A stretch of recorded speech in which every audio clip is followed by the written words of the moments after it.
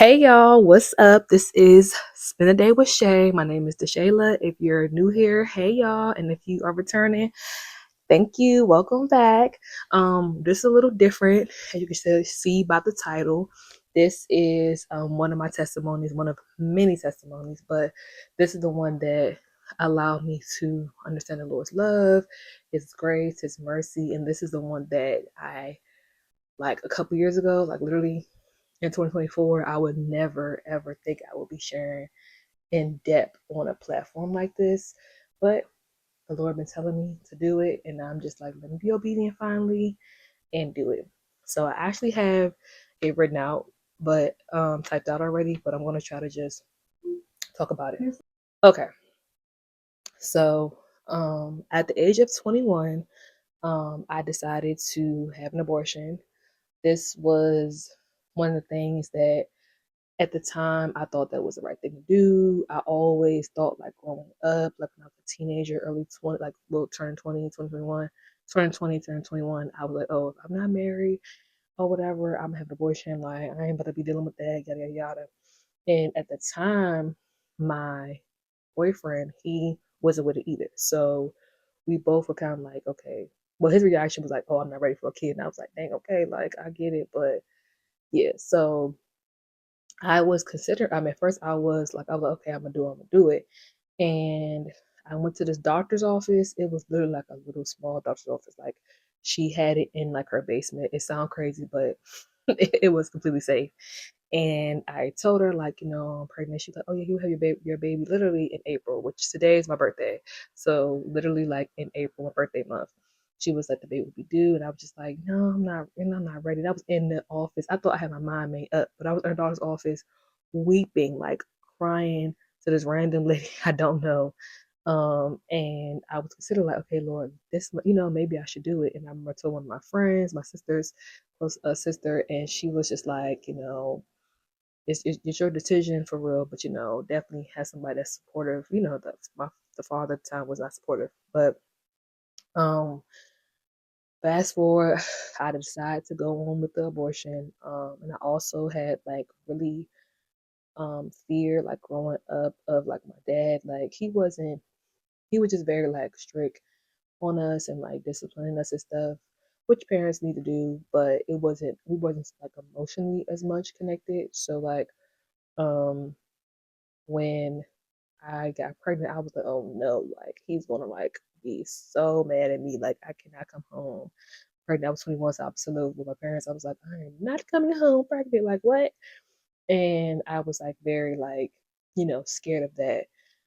So fast forward, like I said, went along with it, and immediately, first of all, I went to Planned Parenthood all the way in Baltimore, and I was sitting in the doctor's office, like the waiting room for like 7 hours, y'all, like literally 7 hours.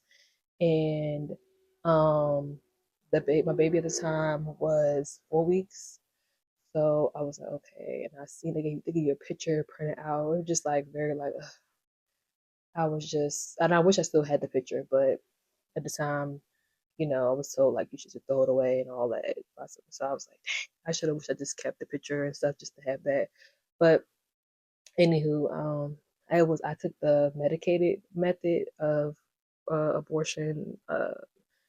So I took the pill, and I was in the worst. I came back home. I said took another one, and I was like in the worst. Like the next day, I think, and I was in the worst pain ever. Like I'd be having bad cramps, but it was terrible, y'all. Like it was just so bad. Like I was in so much pain.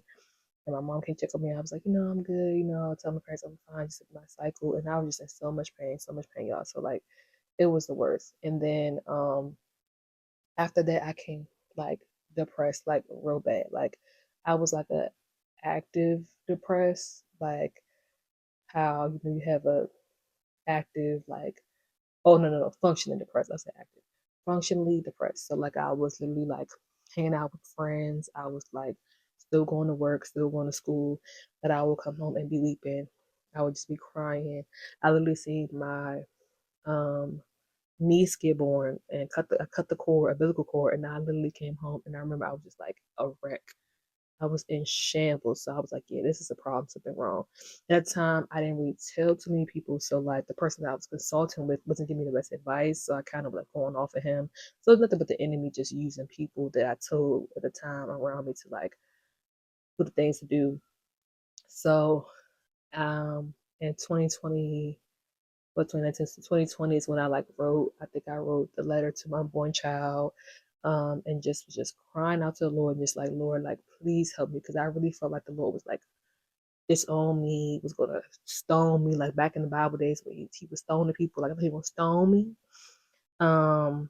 And well, it was what people stone people. But anyway, I thought he was going to stone me or told me to a pillar or salt or something like that. Like for real, I thought it was going to be like that extent because I'm like, I literally killed a human. And the Lord talks about how he loves children and how we should not, thou shalt not murder. Like, so I committed a whole sin and I just like, I can't come back from this. Fast forward, um, I started telling a little more people and stuff like that. And I came across Beauty for Ashes. Actually, like when I think I came across Beauty for Ashes like back in like 2020, but I kept like missing the deadline and stuff like that to sign up. So in 2024, I said, okay, Lord, I'm gonna do it. And I like signed up and I was like, I don't know how this class gonna go. I don't know how I'm gonna do it. It was 9 months. It was a 9 month ministry about women healing from abortions. When I tell y'all, it was so much things I had to shed, so much pain, having to forgive myself, having to forgive other people, and just understanding that this was something that I did, but it's not who I am.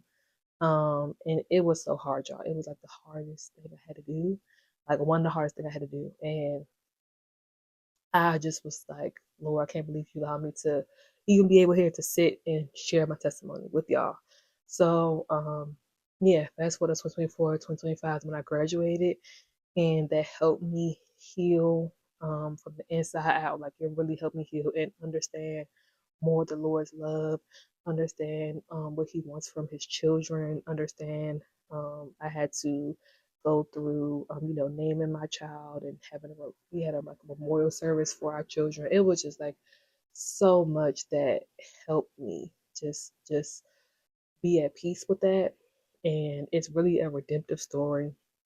And I was in shambles, I was in shame, I was broken, and the Lord healed me.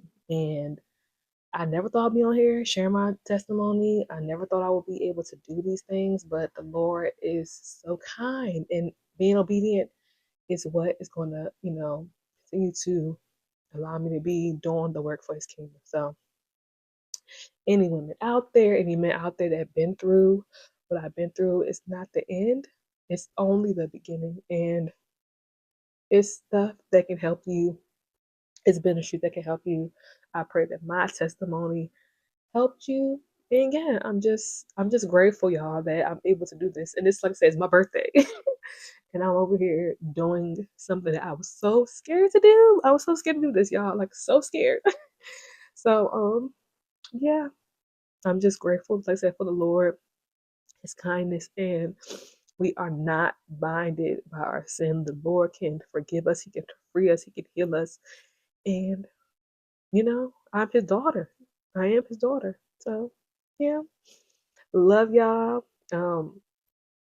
And like I said, I hope this helps somebody. And it helping me, y'all. It's freeing me. I am being freed, even though but the tears. I'm just grateful. So, okay, bye.